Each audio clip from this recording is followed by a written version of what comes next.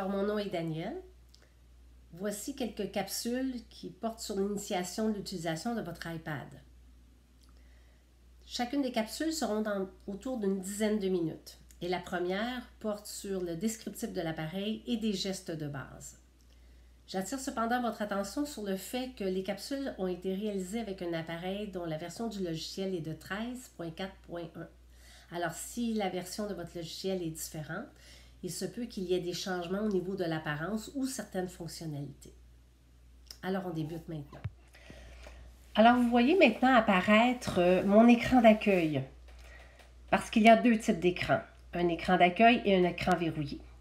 Alors, dans un premier temps, si je décris mon appareil, il y a cet écran d'accueil. Il y a aussi des boutons et des orifices. Alors, on va d'abord aborder l'écran d'accueil. Vous remarquez qu'il y a 4 parties essentielles. D'abord, la barre d'état. Alors, sur cette barre d'état, je suis informée de l'heure, de la date, du pourcentage de ma pile, ainsi que la connexion au réseau Wi-Fi. Il y a aussi des applications. Chaque application a sa couleur et sa particularité. Vous pouvez en installer habituellement jusqu'à 20 sur une page, si elles sont en grand format. Vous pouvez avoir autant d'applications que vous voulez, parce que ces applications-là seront déposées donc sur des pages qui sont représentées par des points. Donc, c'est la troisième information que vous avez au bas de votre écran. Ces points sont gris, sauf un seul qui est blanc. Le point blanc indique la page où vous êtes présentement. Et finalement, le dock. Sur le dock seront déposées les applications que l'on choisit de mettre, parce que ces applications-là vont toujours rester en parente, malgré le fait qu'on change de page. J'invite à attirer votre attention sur une application de base qui s'appelle Réglages, qui est représentée par une série de roues dentées sur un fond gris que j'ai encerclé sur le dock. Alors, à vous de repérer cette application. Alors, j'ai mentionné tantôt les différentes parties de votre écran d'accueil. Maintenant, on a aussi mentionné qu'il y avait des boutons et qu'il y avait des orifices. Il y a 6 orifices autour de votre appareil. Donc, il y a comme les haut-parleurs, les micros, vous avez le connecteur Lightning, là où on branche notre appareil pour la recharge. Il y a évidemment des caméras, une caméra de face, une caméra arrière. Bon, c'est des éléments qu'on pourra regarder éventuellement. Et il y a aussi des boutons. Généralement, il y en a 3. Il y a des boutons qui font en sorte d'augmenter ou de réduire le volume. Et ça, c'est situé sur le pourtour de votre appareil. Ainsi que le bouton marche-veille qui est dans un des coins de votre appareil, qui permet donc de mettre en veille votre appareil ou encore de fermer totalement, donc d'éteindre votre appareil pendant un certain temps. Et le bouton qui nous intéresse aujourd'hui est le bouton principal. Celui-ci est rond, il est autour de votre écran d'accueil, sur le contour de votre appareil. Maintenant, les gestes. Les gestes de base peuvent être de balayer, de pincer, de zoomer, de glisser.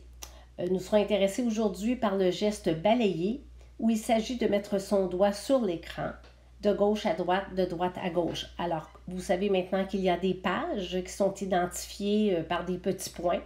Alors, si on balaie de droite vers la gauche, je me trouve à déplacer les petits points. Donc, je suis à la page 2, à la page 3, à la page 4 et à la page 5 parce que j'ai 5 points. Vous pourriez en avoir plus, vous pourriez en avoir moins. Vous faites le mouvement inverse, c'est-à-dire en mettant votre doigt très légèrement en plein centre de votre écran et que vous le glissez finalement, on appelle ça balayer de gauche vers la droite. Vous revenez à la première page de façon à ce que ce soit le premier point qui soit maintenant blanc. C'est une tablette tactile. Alors, contrairement à une souris avec un ordinateur, il n'y a pas de clic. Ce sont plutôt des touchés, qui est le vocabulaire finalement utilisé. Alors, il y a 3 types de touchés. Un toucher léger, un toucher prolongé et 2 touchés successifs, qui est l'équivalent du clic de souris. Un toucher léger me permet certaines actions, un toucher prolongé d'autres actions, d'autres fonctionnalités et la même chose pour 2 touchés successifs. Vous avez repéré l'application Réglage, donc par un toucher léger, c'est-à-dire un simple toucher très doucement sur Réglage, vous ouvrez l'application. Vous pouvez fermer l'application par un toucher aussi léger sur le bouton principal et l'application se ferme. On peut faire un deuxième essai avec Horloge, un toucher léger sur Horloge ou une autre application qui est devant vous, un toucher léger sur le bouton principal et l'application se ferme.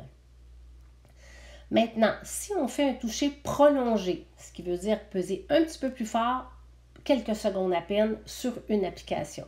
Toucher prolongé, vous remarquez que la forme de l'application s'est agrandie légèrement et que j'ai un menu, des options donc, qui sont associées à cette application-là, comme des raccourcis finalement, que je pourrais choisir.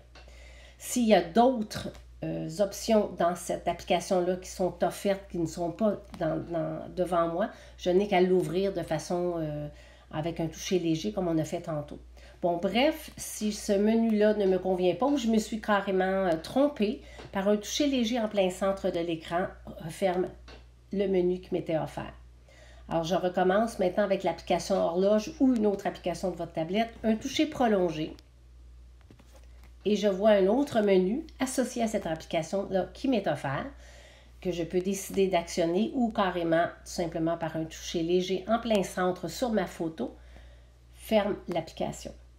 Mais si je fais maintenant la même action sur mon bouton principal, un toucher prolongé, ce sera Siri qui sera finalement une aide vocale pour répondre à des questions très simples. Ma première question sera « Quelle est la température à Paris? » Et la réponse me sera offerte. Dans l'option vidéo que je vous présente, vous n'allez pas entendre Siri, la réponse qu'elle me sera offerte, vous allez simplement le lire. Mais vous, quand vous allez le faire, vous allez l'entendre très certainement. Donc, j'applique un toucher prolongé sur mon bouton.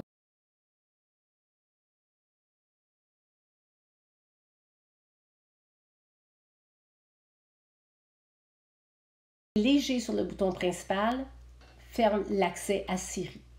Je repose une deuxième question à Siri, une calcul mathématique, en faisant un toucher prolongé. Et lorsque j'obtiens la réponse désirée, je fais un toucher léger sur le bouton principal et Siri sera donc fermée.